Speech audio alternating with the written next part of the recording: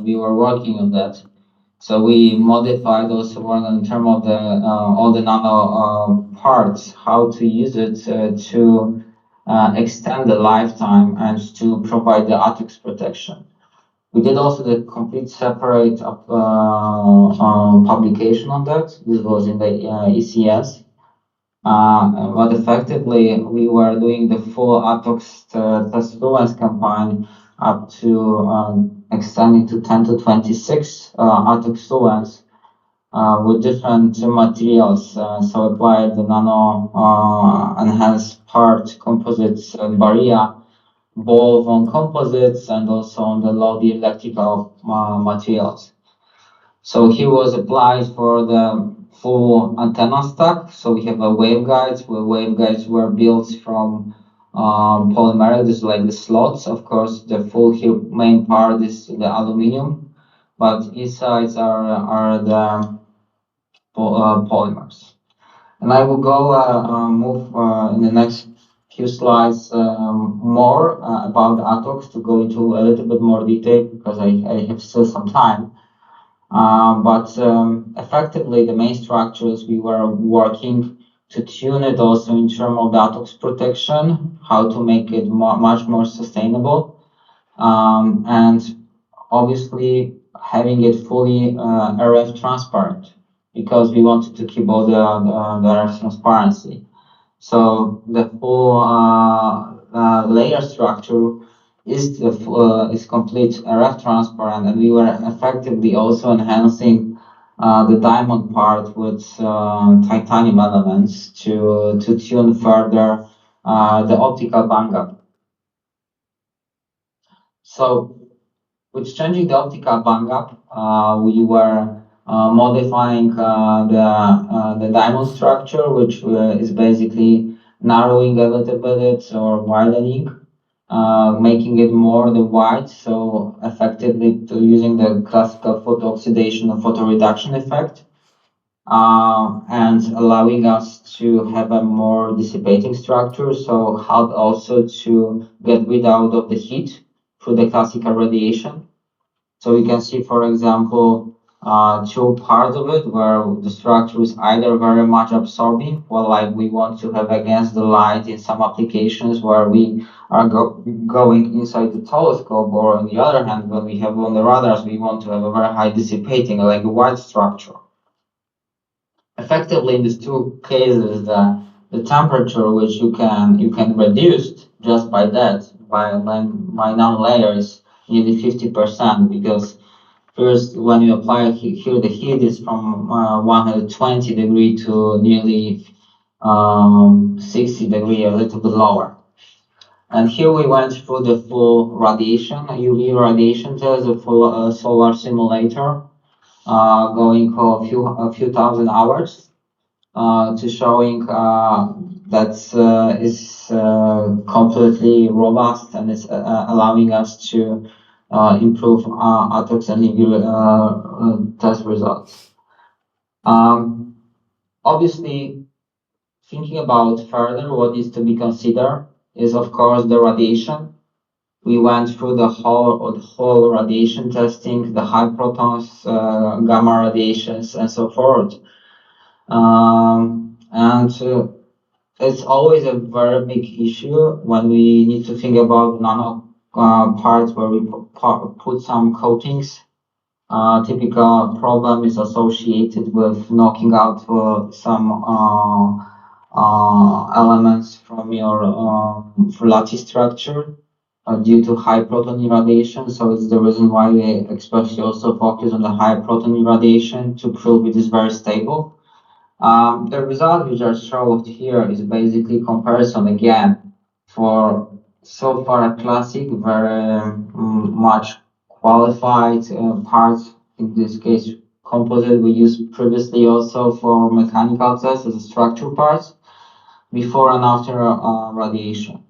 As we also made a complete publication on that in Science about the radiation electrostatical resistance. We make it also fully resistance, where you see on the pristine CFRP, we have a reduction of fluctual strength after radiation of the pristine CFRP by average 33%. This is typically well-known problem described in the literature since many decades. The radiation is obviously aging like CFRP, deteriorating the properties because it's changing in chains and shifting out the carbon chains in all the parts.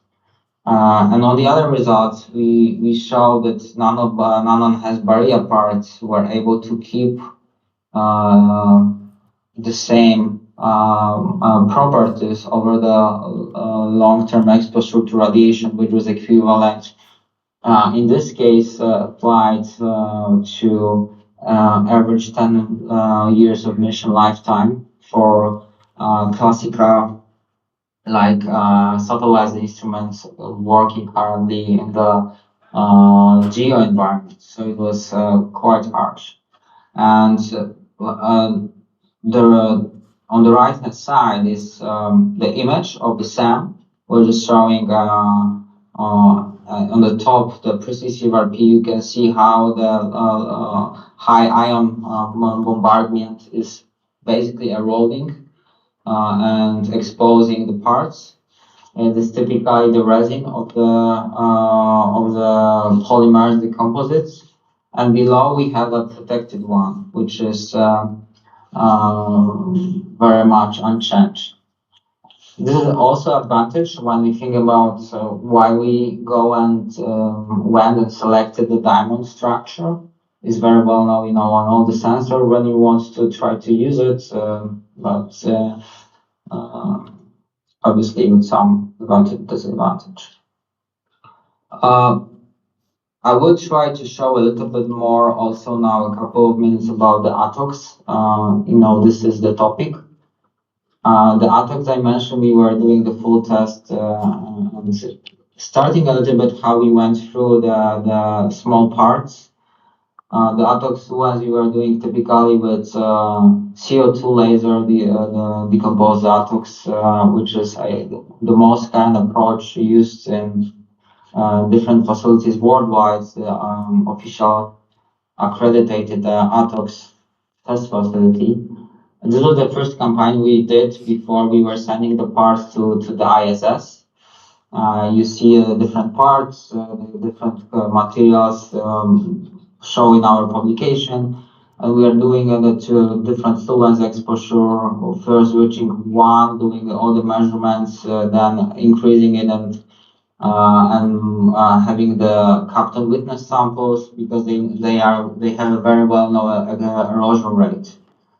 From that we get the fluence distribution. The testing was also done at the European Space Agency. The test approach they're using is very similar, which is done in Japan in JAXA. And a little bit more details about the accumulator power delivery we were doing on the ATOX on the UV tests. This was the example we were approaching at the sample level, doing a total exposure at the being to 300 hours, accelerating it and achieving approximately 1,227 equivalent sun hours with average acceleration close to 5. The testing was done in different parts of the world. We are trying to go through all the qualified facilities.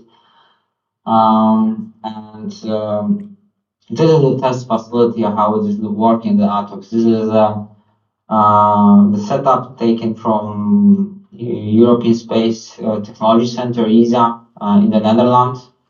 So it is very, very common approach. Pulsed CO2 laser decomposing, representing the thermal velocity. I know currently this facility, because of the LEO's discussion, also to work on the atomic nitrogen, which is the density also changing due to attitude. All the RGA differential plants, some order. So it's a little bit more detail, which you will be able to find in the application where we wanted the ATOX on different parts. This was in case it was ultramerexolite, CFRP. So a very common material used specifically on the radar application. And we have also measured the emissivity and absorptivity begin end of the test because we wanted to keep it very stable. And so you see that we have it unchanged in terms of the nano barrier enhanced parts. And the details in the publication will also show the typical erosion rate, which we achieved 0 for the nano barrier enhanced part, how we develop the process. With respect to the Kapton, if we measure on the ground and not in space. Yeah. A lot of details also when we do the testing is always to figure out also the drawback is sometimes the contamination of the test facility. So we were also characterizing this where there is some Cooper parts, especially which can provide us some side effect and increase the sample mass. And this is the area showing you, for example, the optical microscopy magnification. One part of the picture is showing the side which was not exposed to the atomic oxygen erosion. The other one is exposed, so it is not protected part. So this is how it was eroding. And this is also how the change of the microstructure of all the part is happening. So it's sometimes very small change, but must be addressed depending on the risk of the mission we were doing. And this is the good picture in terms of the atomic microscope on all the 3D profile. In this test, when we exposed to ATOX in the first fluence, we were losing up to 100 micron of the parts. So yeah, and this is the final very good picture when showing also a nice image of very rough polymer parts, and you see the nanobarrier enhanced after full ATOX and UV testing, the full lifetime. This is the main structure, and you see the coating here, the hull protection, which remains untouched after the full life testing. And it's very nice showing basically how it's conformal, how it's penetrating inside the structure by the plasma. So with that, what we have been doing here is basically to showing how to move through the all samples, how we were going from tier level one, from the really concept idea development, our research, trying to bring it close to the industry. So we were going through the optical application, going from material developments, thinking about how to apply it in the whole application, and having it developed to this stage for optical instrument mission, and then also specifically for ATOX and the UV protection for mostly radar application. And having this in mind, we were also upscaling all the facilities to go from small to big site. And this is what basically happened, where we prove everything is working. We built from the university the large facility, which we were applying to big parts. We started from laboratory. It was very small. We built breadboard. We later on called it the instrument, which was more or less the chamber of 1 meter diameter and more than 2 meter length.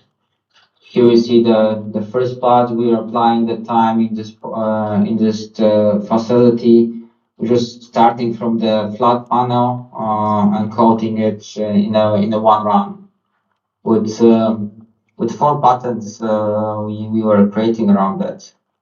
So to conclude, basically, this was a few years of research big program, which was actually supported by later on by a lot of parties. But we were developing a new manufacture, a new generation of ultra stable parts, specifically, especially composites, which we were able to achieve thanks to the custom built PFD, the PSCFD coating system and multifunctional super lattice nanobarrier structure. So we really did it in terms of the proof scalability, how we reproduce and provide reliable production, all the mechanical thermal integrity, physical properties with protection and environmental and also robustness for the crack resistivity. There are, I would say, it's five more primary literatural parts, which you will find a lot of details, each of these aspects described there.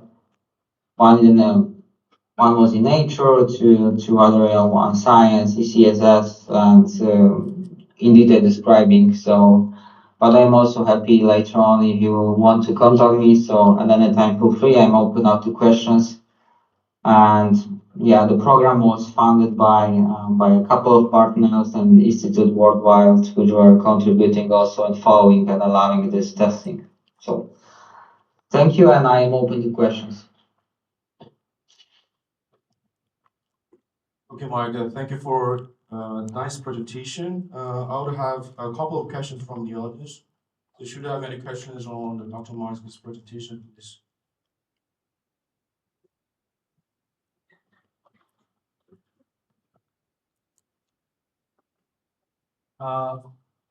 Thank you for participating in this meeting. This is Yuno Kim, and this is very nice to meet you. Me too, this. I don't hear you. You don't hear us. You are muted. Oh, yes, you are muted. Can you hear me? I'm sorry, yes. I didn't know the Now microphone was muted. now I hear you. Yes. Okay, great. Okay. It's great for me to see your presentation again. It's very impressive. And by the way, what time is now? So I'm very close to noon. So I was still I am still on the 18th of January. So. Okay, thank you for doing your presentation, and it's very impressive. And good to see you here again with nice material. And I have some question for you.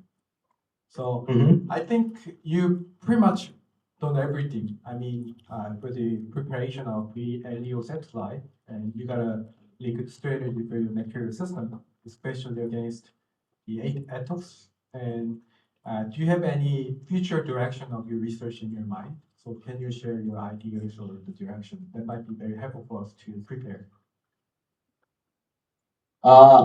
Yes. So it's in terms of the future research is definitely much more characterization and potential you can have from a point of view. So it still needs to be a little bit more explored for other mission. I think about specifically a deep space applications when we think about the future direction now when we talk about even the Venus. We have ATOX, but we have also very high thermal fluence. We have some other constituents which we need to consider.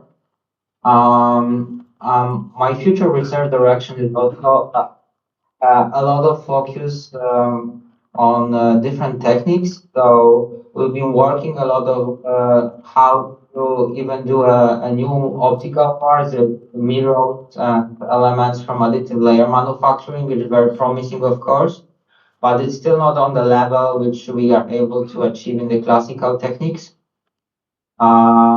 and I'm very much focused also in some other areas now. I work in some navigation satellites. It was mentioned in the introduction, so I am also looking on the very much a lot of constellations. So involved in some more parts, how to make internet connectivity, where probably will be one of my future also work published very soon. Thank you so much for your answer. And one more question from my side.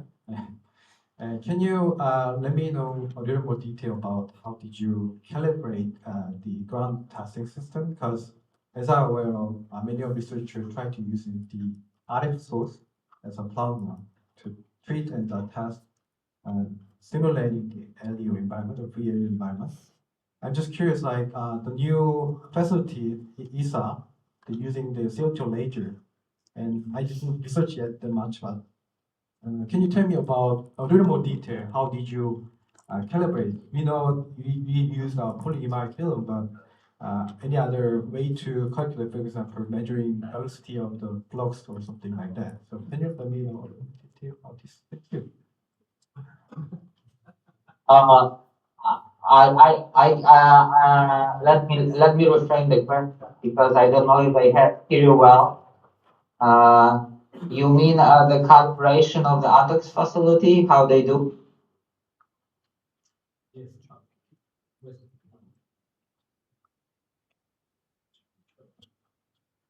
Yes, that is my question. Yes, so they have very strict procedure how they do the calibration of the test facility. I think it's taking even a 1 week for them to calibrate. So they do typically first, of course, the blank test without the materials. They just do it at capstone. So they try to calibrate. If I show you one of this picture here, uh, you see they are trying to calibrate the whole fluence of the ATOX on the different position in the facility. So they use the quadrupole and they try to allocate the positions, how they put everything in the same configuration in terms of the distance and everything. They have a Cooper mirrors there as well. And they know the erosion rate and based on all the data because the Kapton is the most well-known material. And they run this test also using the RGA in the background over the 1 week. And then when you know the fluence, and then afterwards the test is started. And also the typical approach is that, as you may have seen here, they usually try to interrupt the test in the middle to make again the check, the calibration, and then run it again. So therefore, it's usually a very long test.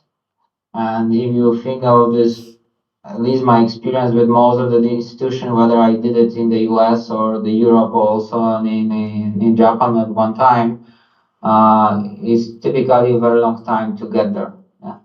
So. Thank you so much. Okay, Mike, we're supposed to end up the session. One more question, so we can. This is General, and I'm glad to see you and appreciate you joining this workshop on such a short notice. So, unfortunately, we are a little bit behind on schedule, so I'm gonna make it let up. So, we would welcome the opportunity explore joining a research activity. You and our Brain Korea research team. So let's keep in touch with the other, okay?